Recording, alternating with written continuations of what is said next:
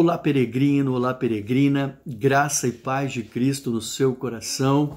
Eu sou o Marcos, seja muito bem-vindo aqui a mais um vídeo de mensagem bíblica aqui no canal do Peregrino.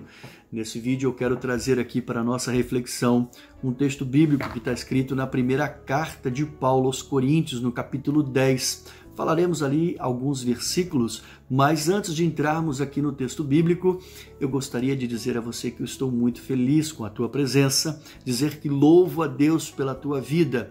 E você que está chegando agora, seja muito bem-vindo, aproveite, faça aqui a sua inscrição, junte-se a nós, não se esqueça aí de ativar esse sininho para que você receba uma notificação toda vez que eu postar um vídeo novo aqui no canal.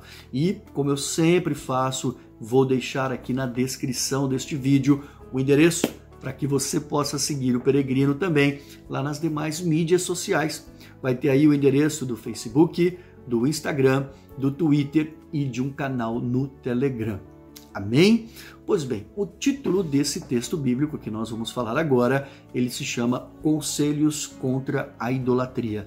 É um texto muito rico, é um capítulo muito grande, assim, com muitas informações, com muito aprendizado, mas eu vou me ater aqui apenas aos 10 primeiros versículos. Então eu vou pedir para que você me acompanhe na leitura, e é muito importante você entender que nesses 10 versículos, Paulo vai trazer à memória do povo de Coríntios, da igreja de Coríntios, aquilo que aconteceu com o povo de Israel durante a peregrinação no deserto e os aprendizados daquilo que Deus deixou em relação principalmente aos erros com relação à idolatria.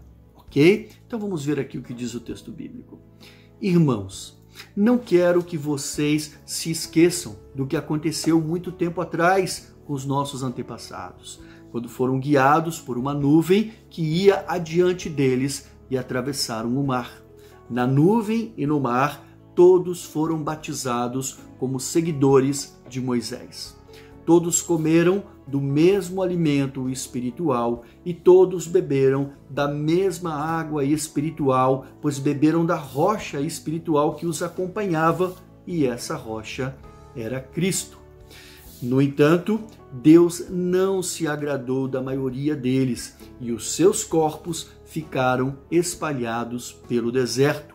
Tais coisas aconteceram como advertência para nós, a fim de que não cobicemos o que é mal, como eles cobiçaram, e nem adoremos ídolos como eles adoraram. Segundo as Escrituras, todos comeram e beberam e entregaram-se à farra. E não devemos praticar imoralidade sexual, como alguns deles praticaram e morreram 23.000 pessoas num só dia.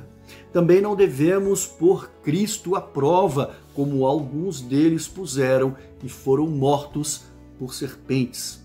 E não se queixem, como alguns deles se queixaram e foram destruídos pelo anjo da morte. Essas coisas que aconteceram a eles nos servem como exemplo. Foram escritas como advertência para nós que vivemos no fim dos tempos. Amém? Pois bem, lemos aqui até o versículo 11 e eu queria saber de você, você já conseguiu entender aqui quanta coisa nós conseguimos aprender com esse texto bíblico? Tudo aquilo que nós podemos extrair aqui com a história do povo de Israel e trazermos para a nossa vida, para o nosso dia a dia? Pois bem, vamos começar aqui pela nuvem. Deus utilizou uma nuvem e uma coluna de fogo à noite para guiar o povo durante a peregrinação pelo deserto.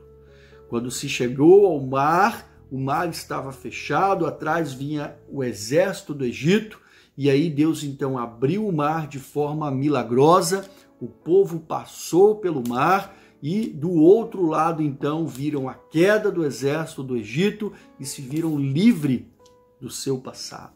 E aí vocês viram que o texto aqui faz uma alusão ao batismo, a água do mar e a nuvem como o batismo, dizendo que ali houve o início de uma jornada para uma nova vida, ficando-se para trás um passado de escravidão, um passado de um mundo de idolatria, como era a cultura do Egito naquela época.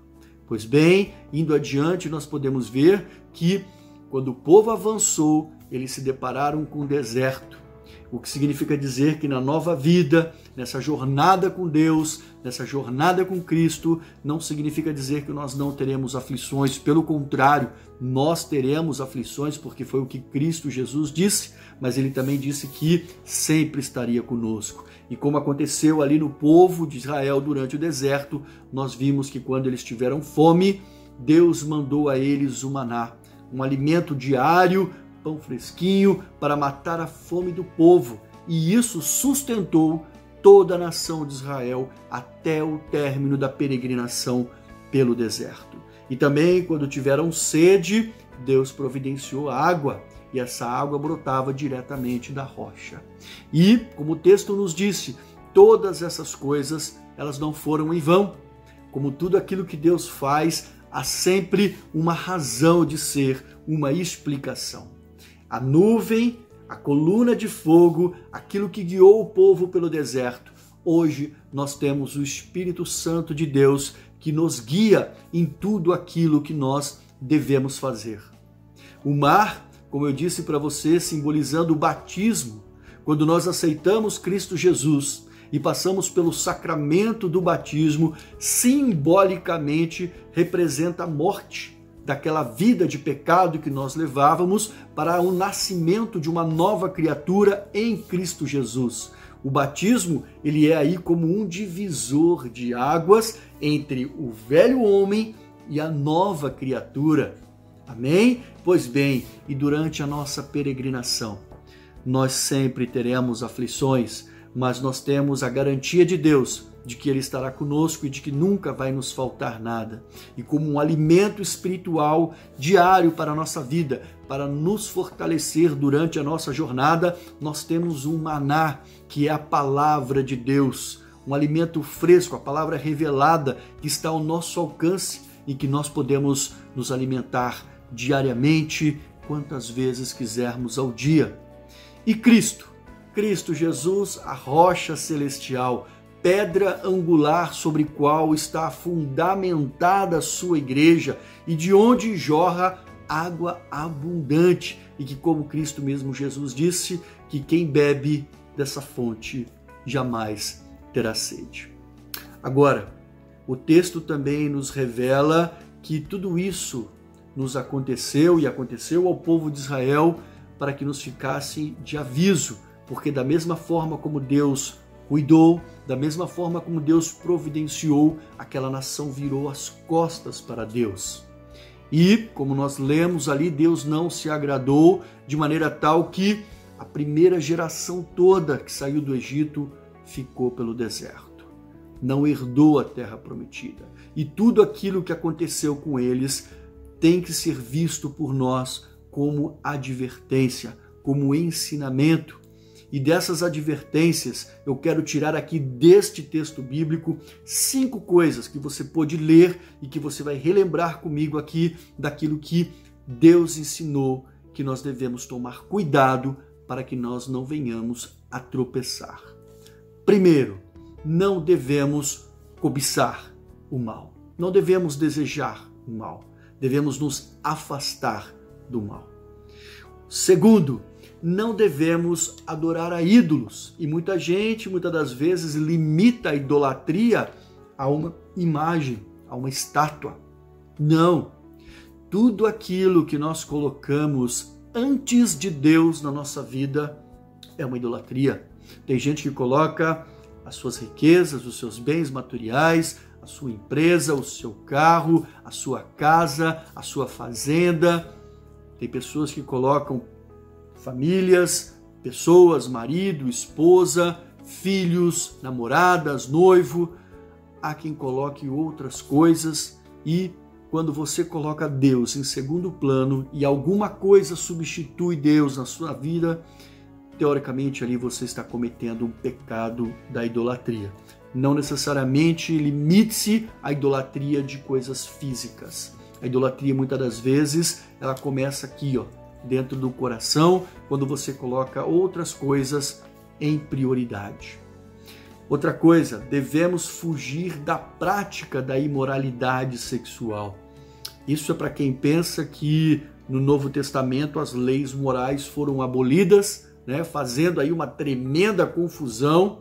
E aqui nós temos em diversos momentos do Novo Testamento textos que garantem que não, que as leis morais de Deus continuam vigentes e que Deus continua da mesma forma abominando a prática de atos de imoralidade sexual. Outro ensinamento: não colocar Cristo à prova, não ficar tentando Deus, testando a paciência do Senhor. Deus é longâmino e misericordioso, mas não se esqueça, Ele é um fogo devorador. Ele é um Deus zeloso e é um Deus justo. Portanto, não fique tentando ao Senhor, o nosso Deus. E por fim, o quinto aprendizado com esse texto: não sermos murmuradores, queixando-nos de qualquer situação, reclamando de tudo, tendo um coração ingrato. Como o próprio texto bíblico disse, essas coisas aconteceram para que ficassem para nós de advertência e de experiência, para que nós possamos aprender com isso e não tropeçarmos. Espero que essa palavra possa falar ao seu coração, que você possa refletir sobre esse rápido ensinamento, mas que isso possa frutificar dentro de você. Que Deus te abençoe, te ajude aí na prática de vencer o mal dia após dia, para que juntos possamos continuar caminhando rumo à Sião Celestial. Um forte abraço, fique com Deus e, se Deus quiser, até o próximo vídeo aqui no canal do Peregrino.